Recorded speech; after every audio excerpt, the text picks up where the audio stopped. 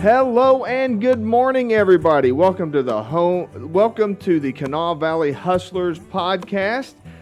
It is July 5th, 2023, the day after the 4th of July. I wonder how many people out there have missed work today. I got to thinking earlier today, we kind of get the dates kind of mixed up because we take the day off on the 4th. Everybody stays up late doing the fireworks and everything, and then have to drag themselves back into work in the morning. I know that's exactly what we did.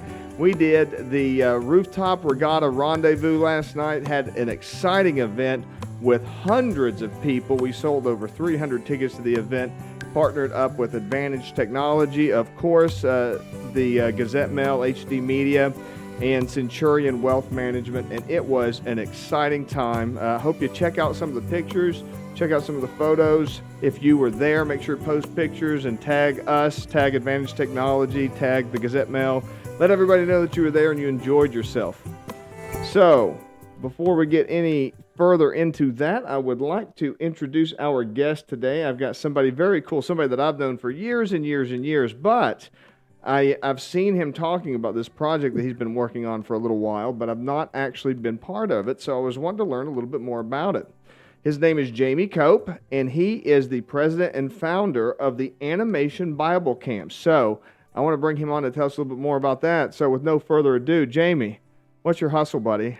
Sure. Hey, thanks for having me, Joe. Always great to see you. And yeah, we do go way back, don't we? And this is definitely a side hustle for me. I've got a great gig with WVU, and they let me do some stuff on the side, which is great. But Animation Bible Camp, which is soon to be rebranded to Animated Truth Ministries, is it's very similar to Vacation Bible School, except it's set up for tweens and teens, the people who are aging out of Vacation Bible School. And instead of learning songs and doing crafts, you create a animation. The students create an animation. So it's a hands-on activity for them. So they learn Bible stories. They animate things that are related to the Bible stories that they're learning, the Bible lessons. So it's a really great opportunity for kids to like engage and learn.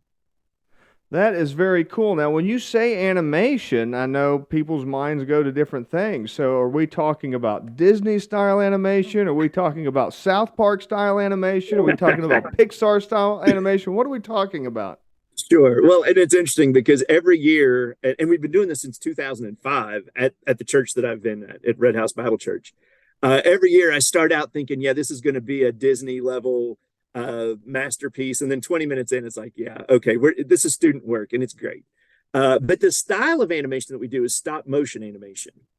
And what's good about that is it's very tactile because you've got a camera, you've got a puppet of some sort, and you're taking a picture, moving the puppet a little bit, taking a picture, moving the puppet a little bit. Lots of free software out there that'll help turn that into an animation by playing the pictures back really quickly. So a couple examples of stop motion that people might be familiar with is probably thinking about like A Nightmare Before Christmas and, those types of animations. There's some older ones in the past. There used to be a type of animation called claymation that was really popular back in the 80s, and that was a form of stop motion. It used to be for a long, long time before computer animation came along. That used to be the only way to make things like dinosaurs and, King Kong and stuff like that, right?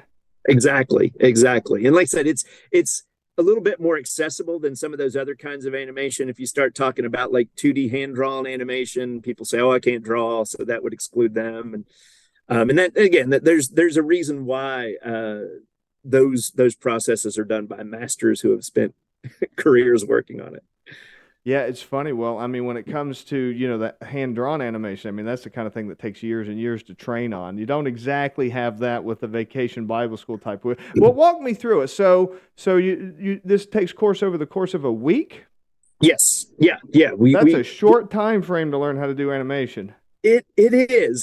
And the basics are easy though, right? I mean, it really is as simple as push a button, move it a little bit, push a button, move it a little bit. And what I have done is before the students get there, we've got the storyboards laid out. It's like, hey, we're going to need 20 frames for this shot. So you're going to have to take 20 pictures. And this is what's going to happen in the scene. So it's laid out. I mean, I don't want to say idiot proof, but it is very set up, very structured for them, I guess we'll say. So that's done before they even arrive.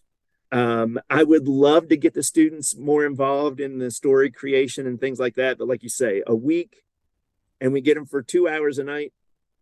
So there's really not a lot of time to get that animation done. And the lesson comes first. That's I mean, this is a ministry. It's about sharing the gospel. So yes, we have managed to create an animation every year that we've done it, but really the lessons are don't tell the campers, but that's what it's all about is to get the word out. You So got to do that that spoonful of sugar, right? exactly. And I having done this several times before and knowing where we would be, I always take Thursday off from work so that I can be there all day Thursday. And we put in a few extra hours. Um, just the way the dynamics work too. If you've got 20 kids, 20 students, you spend all of your time herding students. If you've got 5 students, you can animate and knock stuff out really quickly. So I take the afternoon off and I say, hey, you can come early. And it's usually a smaller crowd and we get a lot more done.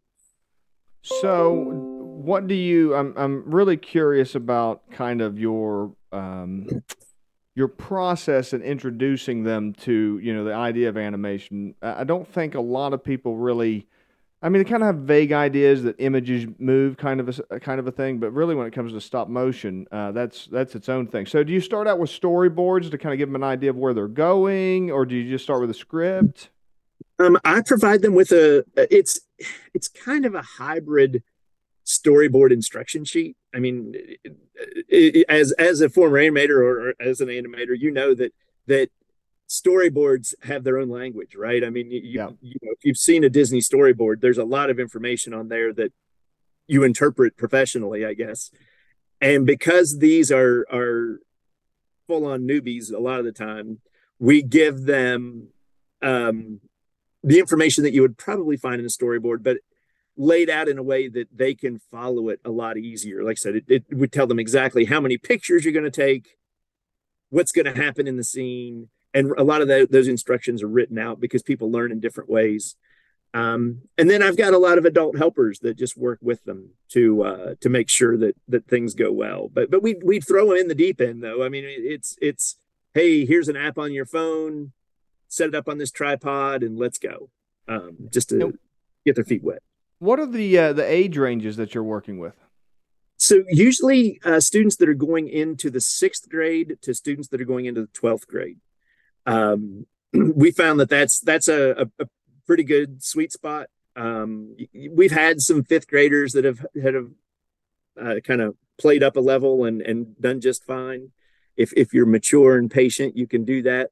But yeah, usually 6th grade to 12th grade, no problems. I'm curious, have you had anybody that this has really sparked their interest and they've gone on to learn more on their own? We've had several that have moved on as a hobbyist, and that's part of the goal of using as much free software and things like that as we can, so that if they are encouraged, they can do this. Um, we've had a few that have again continued as a hobby, or they've gone into graphic design or things like that that are very complementary to what's going on. Have yet to land that Pixar animator or anything like that as an alum, but uh, really, I think, especially at that age, it's really important to drive home how movies are made and how things come together. And it's really empowering whenever they leave there and they're like, I did that, right? And I could do that again. There's a kind of, in some ways it's sad because it takes away the mystery, but in the other ways it's so empowering to see that they can do this on their own. There's nothing really that difficult about a feature film, and there's not that many steps that are different between what we do and what they do, right?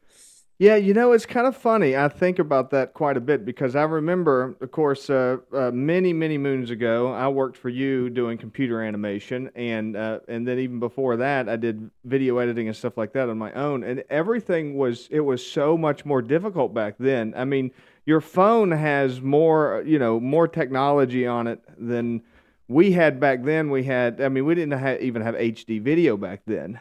Right, And right. but sometimes I wonder, do the kids nowadays, are they drowning in options because they have so much available, as opposed to like there was just one way to do things back then? Right, right. Yeah, yeah. And it's funny because whenever I started this in 2005, we always try to screen it on Friday night for the Vacation Bible School students and for our parents and things like that. So Thursday night was always up all night editing. I And this year, remember those days. yeah, yeah, this year I threw it together on my lunch break. I was like, oh, there it is, it's all done. Okay. Yeah. So yeah, the tools are definitely out there and much easier to use. And it is, you know, there is a little bit of, what tools should you use kind of a thing. But one of the things that I talk to the students who are interested in becoming filmmakers, it's all about recording your ideas in a way that can be conveyed to somebody else as easily as it is for you to do that to start with, right? So Right. if that's writing in a journal, if it's using OneNote, whatever it is, do that and get it recorded, right? That's the big thing. That's great. Well, Jamie, I want to thank you so much for joining me here today. As we wrap up, is there anything else you'd like, any plugs, anything coming up that you'd like to tell everybody about? Yeah, yeah. So, and I kind of missed the big picture here is I'm trying to empower other churches to do their own camps. I get asked to do that quite a bit. So, if people go to animationbiblecamp.com, they can download the instructions to do their own camp. And right now I have last year's is up. It's the Diary of Nebi. They can download those instructions, and happy to give out some free codes to folks in the Kanawha Valley just to get some feedback on how this will work, and would love to connect with churches or organizations that would like to do this. So yeah, happy to have people Awesome. reach out. I will put a link to that in the comments so we can like and share that, and I'll try to tag some friends of mine that are in the ministry. Maybe we could get some people excited about it. That. Sounds like a great idea. That sounds really, really cool. Great, great. Yeah, excited. All right, Jamie, thank you so much for joining us. I'm going to hang on for just a second. I'm going to say goodbye to the folks, and I'll be right back, okay? Okay. Thanks, Joe. Thank you. Thank you. And thank you so much for watching today. Hope you found that interesting. Please do. I'll put in the comments, I'll put a link, and please do like, share, and, tag anybody that you know that's in ministry, youth pastors or pastors of churches, church administrators would probably be a great person to tag in that. So encourage you to do that. Thank you so much for watching today. I'll see you again on Friday. Until then, bye-bye for now.